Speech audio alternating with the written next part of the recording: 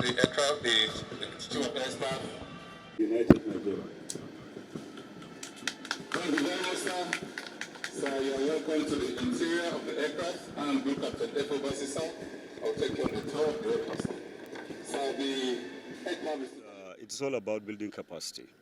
This is the first time in the history of the Nigerian Air Force that we are conducting a very successful periodic depot maintenance within Nigeria.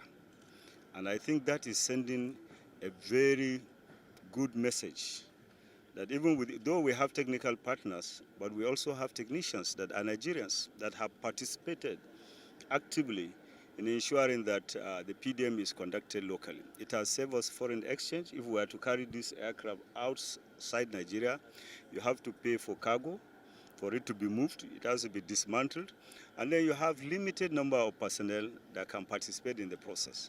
But because it's done in Nigeria now, and everybody in that unit had the opportunity to really be part of the process. And in that wise, I think it is very, very, we are so excited about what we've been able to achieve.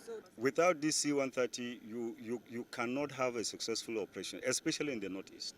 How do you carry bombs, rockets? Which aircraft is going to carry it? It's the C-130 that carries it. Apart from that, even distribution of food materials in the Northeast because of shortages as a result of conflict was done by the C-130.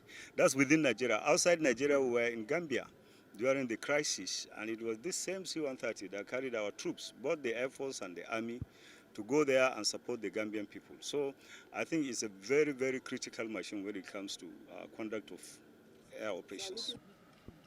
So now,